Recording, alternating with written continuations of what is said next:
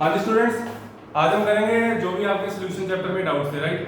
तो क्वेश्चंस आप लोगों को बोलने हैं, मेरे पास क्वेश्चंस का कोई सोर्स नहीं है इस वक्त। जल्दी से ट्रू फॉल्स, जल्दी। मैंने क्वेश्चन रीड कर लिए थे सारे, लेकिन हाँ, अभी मैंने लैपटॉप पास नहीं रखा हुआ। अगर कहोगे तो मैं ले आता हूँ, अगर बोल सकते हो तो ज्यादा बेटर है। बोलो ट्रू फॉल्स, ट्रू फॉल्स बच्चे। ओके, मैं प्रॉब्लम्स मैं बोल देता हूँ। सॉरी, पहले फिलिप्स थे। फिलिप्स में फर्स्ट फिलिप था, वो हो गया था मोलैरिटी वाला, बेंजीन वाला। मैं कराऊं? हाँ जी सर। ओके ओके हाँ जी सर। ओके, तो मेरे को क्वेश्चन याद करवाओगे क्या था?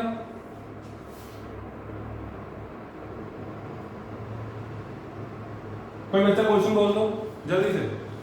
सर बेंजीन का वेपर प्रेशर गिवन था और हाँ, पी नॉट डी बेंजीन का गिवन है कितना? 630 kmm of एसिडी। 630। ओके, आगे। ये बेंजीन का है और सोल्यूट का 6। ऐसे नहीं होगा ना, सोल्यूट का है। ये नहीं बच्चे, मेरी बात सुनो। ये सॉल्यूशन का होता है, तो 640, क्योंकि हाँ जी। हाँ, लोअरिंग इन वेपर प्रेशर आती है, ये होगा प्योर बेंजीन का और ये होगा सॉल्यूशन का, ठीक है। ये तो यहां से बच्चे आप लोगों को क्लियर नहीं दिख रहा होगा थोड़ा सा, मेरे को 1 मिनट दो, इंक डाल दूंगा। 1 सेकंड।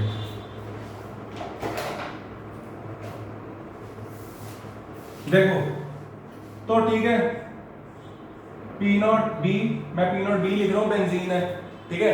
अगर आप लोग कहोगे कांक्षा क्लास नहीं लगा रही, उसका नेटवर्क इशू है, चलो कोई नहीं। पी नॉट बी जो है, अगर अब जैसे कि बी आप लोगों को पता, हम सॉल्यूट को बोलते हैं, तो कोई प्रॉब्लम तो नहीं है? बी ले लूं बेंजीन से, बोलो।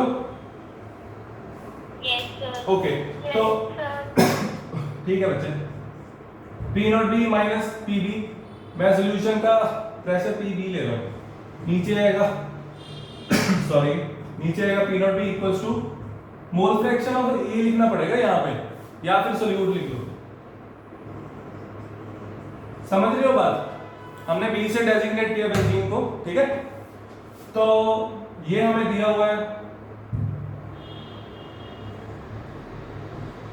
640 630, ऊपर बचा 10, नीचे आ गया 640 equals to x। Mole fraction आ जाएगी, मोल फ्रैक्शन जल्दी कैलकुलेटर पे करके बताओ कितनी आई, जल्दी जल्दी।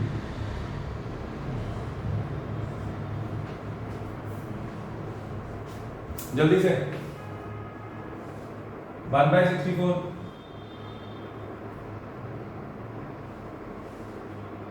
0.015। 0.01, 6 ले लो सर। 6 ले लूं, तो 6 लूंगा तो एग्जैक्ट आंसर नहीं आएगा, क्योंकि ये एग्जैक्टली डिविजिबल है मेरे हिसाब से। क्योंकि जो 1/, इसको मैं ऐसे लिख सकता हूँ 1/8 इंटू 1/8, तो 1/8 कितना होता है 0.125 इंटू 0.125, तो 125 का स्क्वायर करना है। 125 का स्क्वायर कैसे करना है? पीछे 25 आ जाएगा, ठीक है। 12 इंटू 13 कितना होता है? मैं आपको ट्रिक बताता हूँ, देखो ध्यान से समझना, इसका आंसर भी उसी में आ जाएगा। देखो ध्यान से समझना बच्चे, ठीक है। आप लोगों ने किया होगा, बच्चों का काम है, 6-7 के बच्चे करते हैं। देखो 25 और 25 से किया, आप लोगों ने लिखा 625, पीछे 25 आता है, ठीक है, नो प्रॉब्लम। 35 इंटू 35 किया, कितना आएगा पता है किसी को? कितना आएगा? 1225। हाँ, तो इसके अगले नंबर से मल्टीप्लाई करना होता है, पता है ना? ये चीज पता थी क्या? वैसे ही स्क्वायर याद था? पता थी। हाँ पता है, ओके वेरी गुड। तो सिंपल सा फंडा होता है, जैसे मैंने 25 को मल्टीप्लाई करना है 25 से, तो 2 अगर दो नंबर सेम हो, उसके जो अगला नंबर होता है उससे मल्टीप्लाई करना होता है। अगर मान लो यहाँ 45 होता तो 4 के बाद क्या आता है 5, मल्टीप्लाई किया 2025, ठीक है, ये आ गया।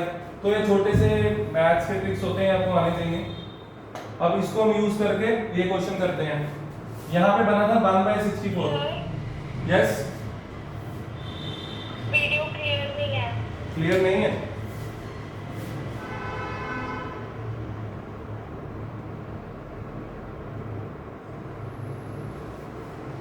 अब देखो,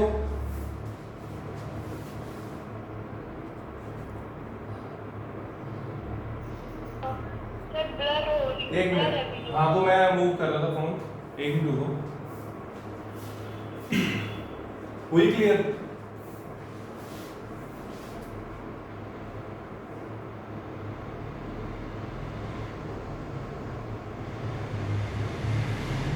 नहीं हो रही बच्चे क्लियर?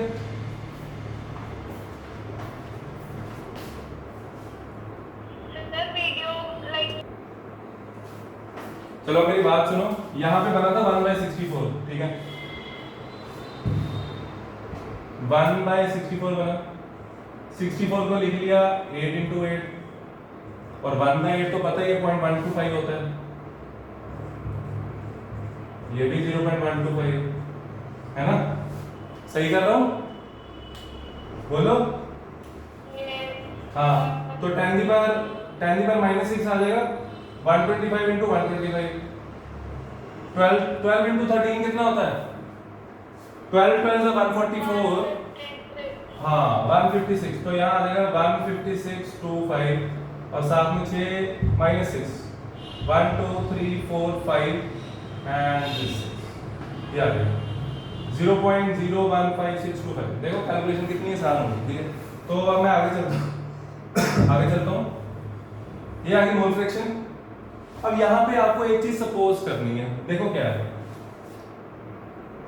मोल फ्रैक्शन आ चुकी है, मैं इधर लिख देता हूँ, मेरे को इधर थोड़ी जगह मिल जाएगी।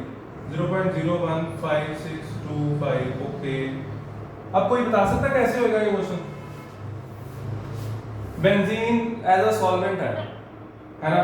तो बच्चे बेंजीन एज अ सॉल्वेंट है, बेंजीन का मास कुछ भी ले लो, फिक्स कर लो, क्योंकि मोल फ्रैक्शन तो सेम ही रहेगी ना। तो मान लो बेंजीन में 78 ग्राम ले रहा हूँ, वो सिर्फ इसलिए ताकि कैलकुलेशन थोड़ी सी आसान हो जाए।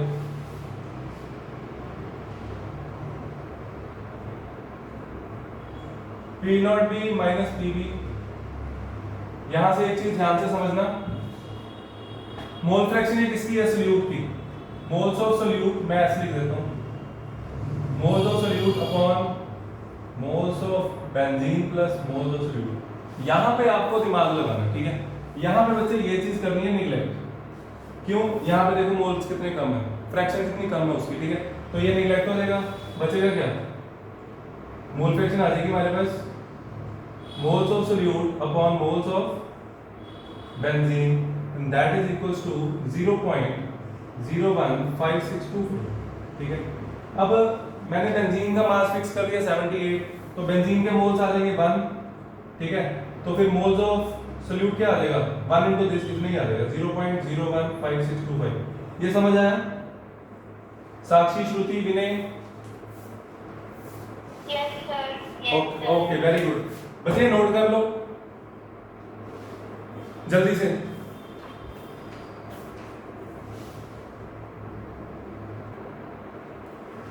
हमने अभी मोल्स कैलकुलेट किए, और अब क्या करेंगे? मोलैरिटी निकालेंगे, है ना?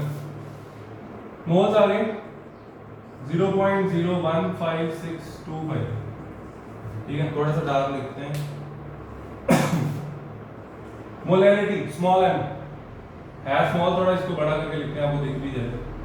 Moles molarity equals two moles of solute upon mass of solvent, जो कि हमने 78 लिया, इनटू 1000। आंसर आ गया 0.0156। 156 78 का हाफ होता है, मतलब इसके टेबल पे आ जाएगा। करो इसको, 78 into 1000, डेसिमल उड़ा रहा हूं मैं, ठीक है? 1000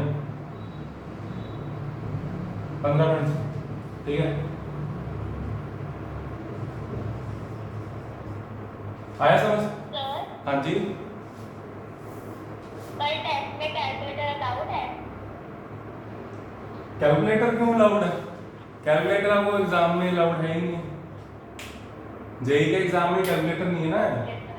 हाँ, पंजाब बोर्ड के बच्चों को होता है अलाउड, क्योंकि पंजाब बोर्ड के जो बैठे हैं ऊपर वो कहते हैं बच्चों का माइंड ज़्यादा शार्प ना हो जाए, इसलिए ये कर लो, नोट कर लो अब।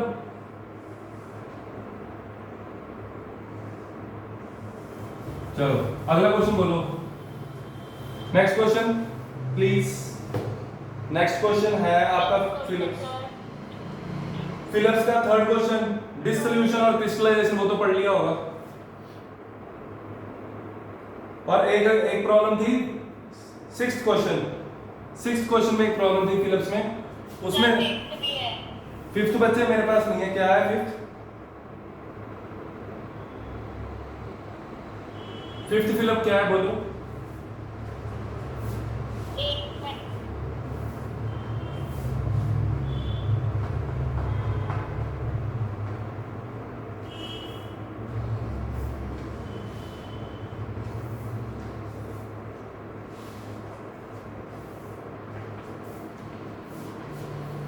जल्दी जल्दी शाबाश।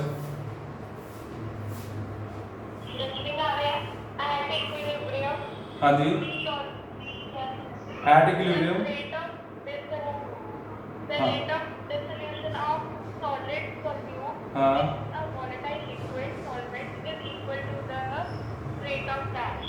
हाँ,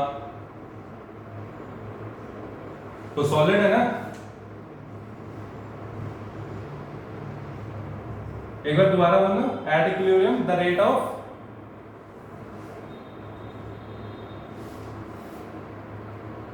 हाँ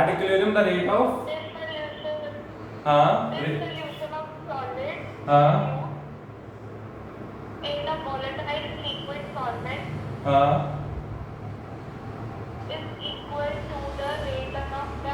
तो बच्चे rate of dissolution becomes equal to rate of crystallisation. Equilibrium पे यही होता है, आया समझ। इक्विलिब्रियम पे क्या होगा, जैसे मान लो जैसे आप शुगर डिसॉल्व कर रहे हो, तो जब इक्विलिब्रियम आ जाता है rate of dissolution equals to rate of crystallisation, crystal बनने शुरू हो जाते हैं, ठीक है। और मेरे पास एग्जांपल एक था, क्वेश्चन सिक्स था, वो सैचुरेटेड पॉइंट आ जाता है, उसके बाद वो कहता कि बीकर है, क्वेश्चन देखो कितना सिंपल लैंग्वेज में लिखा, उसमें कुछ नहीं किया। वो कहता है इसमें ए डिसॉल्व कर रहे हैं और डिसॉल्व किया, कहता जब और डिसॉल्व किया तो ये वाला डिसॉल्व हो गया, इसके पीपीटी बन गए, तो क्या हो रहा है, स्टेट आ चुकी है, सुपर सैचुरेटेड स्टेट आ चुकी है ना, तो जहां पे उसकी मैक्सिमम सॉल्युबिलिटी आ चुकी है, right.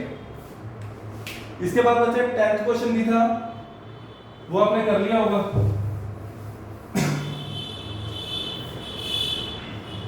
Applications of Henry law पे बेस्ड था, बेंड्स और हीलियम, राइट।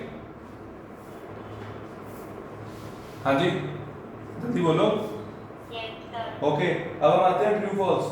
ट्रू फॉल्स में मेरे पास था पहला क्वेश्चन बच्चे, वो फैक्ट है, थोड़ा सा मतलब मैंने आपको इसीलिए दिए थे क्वेश्चंस दिमाग में डालने के लिए, ठीक है। थोड़ा सा देखा होगा ना, आपको देख के याद तो आएगा, ठीक है। एज इट इज रट्टा नहीं मारना, पता लग जाएगा होता क्या है। हाइपोक्लोराइड जो होता है इतना ही होता है, 3.62 ग्राम के आसपास दिया होगा। और सेकंड क्वेश्चन था इथाइलिन ग्लाइकोल। इथाइलिन ग्लाइकोल आपको पता है एंटी फ्रीज यूज करते हैं, एज एंटी फ्रीज, है ना, कार के रेडिएंट्स में, क्योंकि जब हिली एरियाज में जाते हैं वहां पे जो कूलेंट है वो सारा फ्रीज कर जाएगा, तो इसलिए हम उसका फ्रीजिंग पॉइंट ड्रॉप करवा देते हैं, ठीक है। 35% सोल्यूशन यूज करते हैं इथाइलिन ग्लाइकोल का। उसके बाद ट्रू फॉल्स था फिफ्थ। मेरे को स्टेटमेंट बता दो, मेरे पास आंसर है, सिर्फ स्टेटमेंट बता दो बच्चे।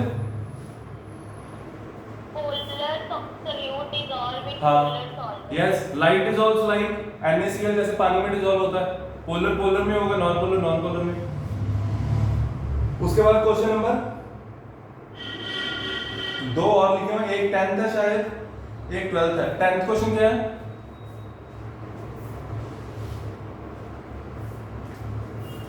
A 0.5 molar NaBr solution has higher vapor pressure than 0.5 molar BaCl2 solution at same temperature. देखो मोलैरिटी सेम है, इसका वेंडो फैक्टर ज्यादा है, इसका वेंडो फैक्टर, तो इसमें एलिवेशन इन बॉइलिंग पॉइंट ज्यादा आएगा, डिप्रेशन इन फ्रीजिंग पॉइंट कम आएगा, उससे हमें लेना देना नहीं है, हमें वेपर प्रेशर देखना है ना। तो मैं वेपर प्रेशर बताना, तो आपको मैं सीधा बॉइलिंग पॉइंट से समझाता हूँ। इसका बॉइलिंग पॉइंट जो होगा, एलिवेशन ज्यादा आएगा, मानते हो? हेलो हेलो बोलो। हाँ, तो बच्चे एलिवेशन अगर ज्यादा है तो इसका मतलब वेपर प्रेशर ड्रॉप हो रहा है। आया समझ? हाँ, तो उसने स्टेटमेंट में यही बोला कि एन बियर का वेपर प्रेशर ज्यादा होगा, बिल्कुल सही। आया समझ? ओके, नाउ 12th क्वेश्चन, बोलना statement. During osmosis, solvent molecule always flow from higher concentration to lower concentration हाँ। of solution. हाँ, देखो ये स्टेटमेंट गलत है, ध्यान से देखो। याद रखना, इसमें दो तीन चीजें मैंने जब आपको ऑस्मोसिस कराया था तो मैंने डिटेल में बताया था।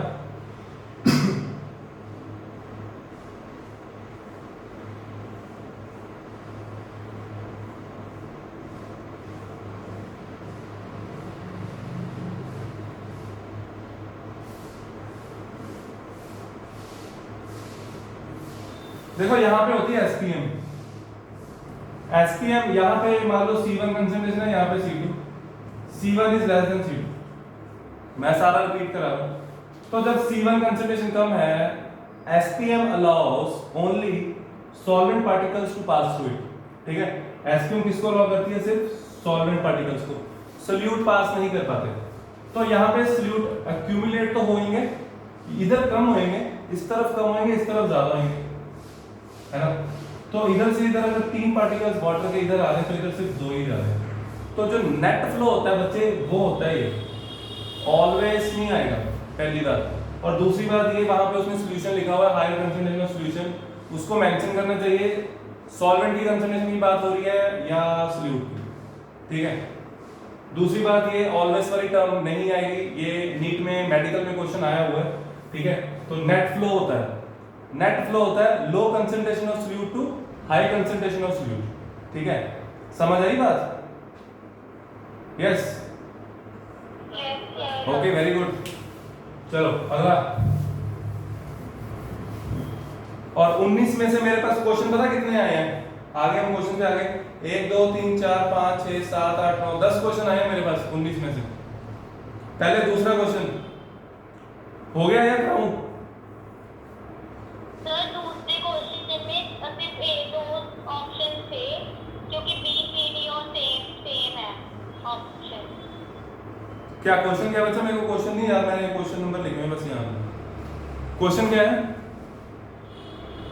Formation of solution from two components can be considered as first a pure solvent separating solvent molecule delta H1 pure solute। अच्छा, ओ sorry, okay, I understand.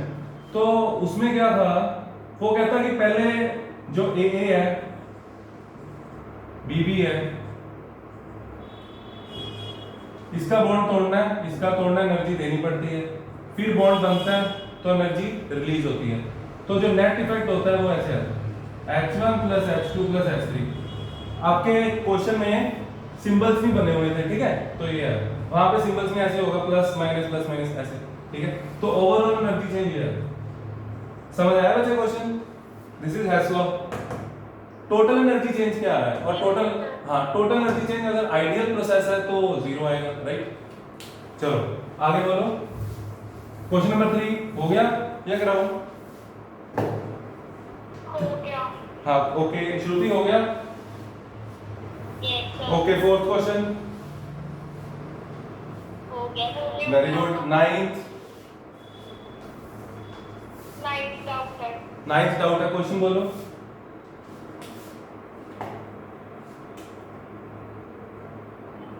How many grams of concentrated nitric acid solution should be used to prepare 250 ml of 2 molar HNO3? The concentrated acid is 70% HNO3. ठीक है,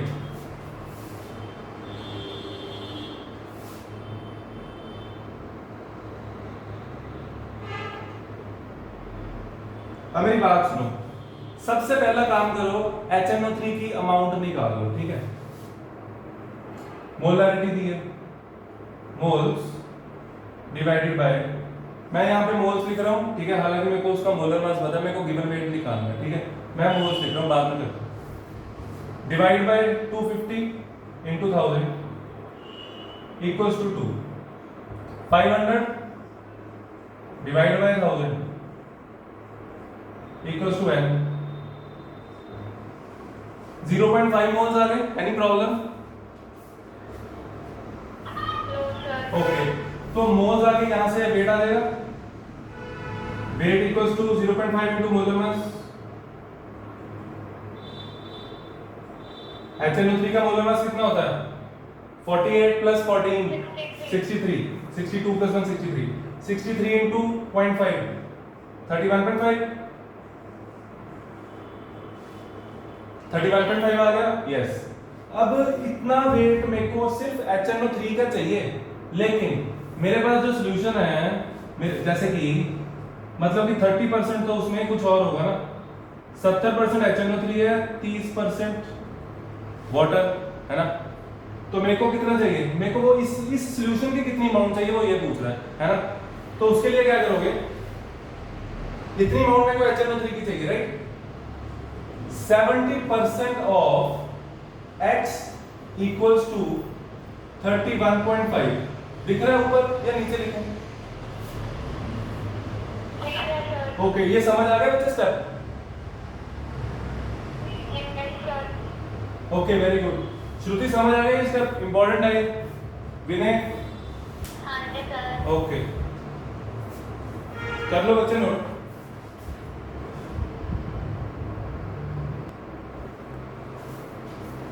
हाँ जी, ये आपका question number है 13, इसको मैं दोबारा समझा रहा हूँ। BaCl2 NaCl गिवन है, सुक्रोज गिवन है, वेंटो फैक्टर इसका 3 आएगा, इसका 2 आएगा, इसका 1 आएगा, ठीक है। और वो पूछ रहा है किसका स्पॉटिक प्रेशर ज्यादा होगा, तो किसका ज्यादा होगा, इसका, क्योंकि इसका वेंटो फैक्टर ज्यादा है। सी सबका सेम है, ओके। चलो next question, question number 15 16 18 19, any problem?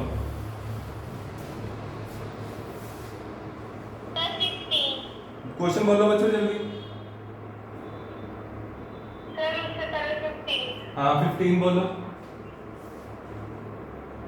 On preparing 0.1 and the solution of compound N? from its impure sample. Yes sir. हाँ From its impure sample of which the percentage purity is known, the weight of substance required will be. हाँ, मेरी बात सुनो ध्यान से। 0.1 normal solution बनाना है, ठीक है। 0.1 नॉर्मल हो या मोलर हो, ठीक है, कोई चक्कर नहीं है। तो आपको कुछ पर्टिकुलर अमाउंट चाहिए होगी, मान लो 0.1 मोल चाहिए, है ना। अगर मैं इसको मान लो इसका एन फैक्टर 1 है तो 0.1 मोलर आ जाएगा। मैं इसमें इसलिए कर रहा हूँ, थोड़ा इजी हो जाएगा समझना। तो इसका मतलब 0.1 मोल चाहिए, सही है, बात समझ आई?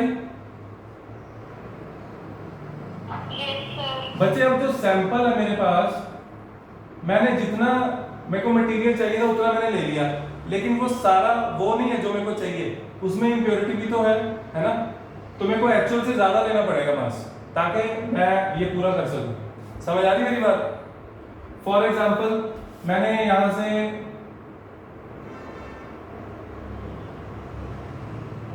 मान लो ये कोई भी आर्टिकल्स है 1 2 3 4 5 6 7 8 9 10, मेरे को 10 आर्टिकल्स चाहिए, तो मैंने 10 की 10 उठा ली, चलो जी हो गया।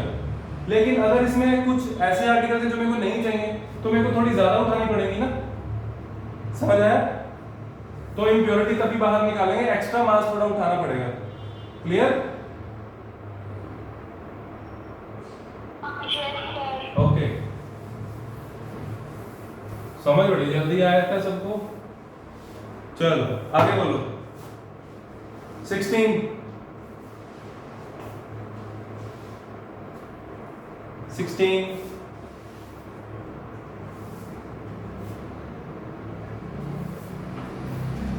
The freezing point of the solution prepared from 1.25 gram of एक मिनट बच्चे, 1 पॉइंट हाँ हाँ of non-electrolyte and 20 gram of water is हाँ 271.94 Kelvin. हाँ If Kf is 1.86 Kelvin per mole, then हाँ। molar mass of solute is तो इसको क्या करना है, कुछ भी नहीं, delta T F equals to K F, van't Hoff factor बाद में उसने बोला हुआ नॉन इलेक्ट्रोलाइट है, ठीक है, K F into M, given weight दिया हुआ है, ये रहा मोलर मास, ये रहा वाटर का इंटू 1000, एम आ जाएगा। अब बचा ये डेल्टा टी एफ आ जाएगा 273 माइनस 271.94, क्योंकि वाटर है, उसने बोला वाटर है तो वाटर का 0 होता है, ठीक है, यानी कि 273 होता है, हो गया, ये आ गया, एम आ जाएगा। आया समझ? yes sir. ओके श्रुति, आया समझ? हाँ जी sir. कर लो बच्चे note. Question number 18, question number 19। 18 question कौन सा था, इक्विवेलेंट वाला?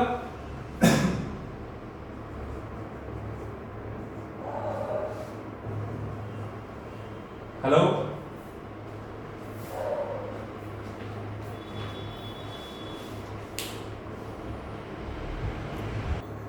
चलो चलो देखो बच्चे, क्वेश्चन नंबर 18 है 19। 18 क्वेश्चन सिंपल था, आप लोगों ने थोड़ा आगे की, यस सर 16 का मेरा आंसर 13.44 ग्राम आ रहा है, पर हाँ। कोई ऑप्शन ही नहीं है। बच्चे कैलकुलेशन थोड़ी गलत होगी, मेरे को कैलकुलेशन भेजना, मैं बता दूंगा कहाँ गलती है, ठीक है। Okay sir. हाँ, अब इसमें क्या करना होता है, इक्विवेलेंट कैसे काउंट करने हैं, आपको इलेक्ट्रॉन कितने ट्रांसफर हो रहे हैं वो देखना होता है, ठीक है। यहाँ पे ऑक्सीजन स्टेट प्लस है, यहाँ पे प्लस 2, ठीक है।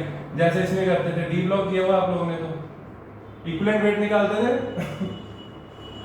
+7 से +2 जाता था, 5 इलेक्ट्रॉन एक्सेप्ट करता था, तो फिर इक्विवेलेंट वेट 5 से डिवाइड करके निकालते थे। आया समझ? हाँ जी, यस सर। हाँ। उसके बाद 19 क्वेश्चन, क्वेश्चन बताना बच्चे क्या है।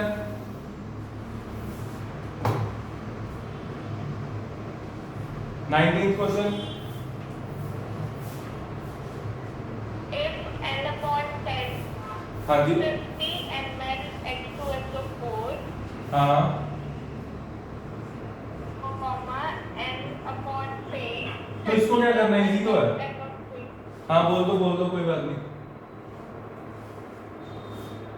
बोलो। हाँ S/2 हाँ 10 ml HCl.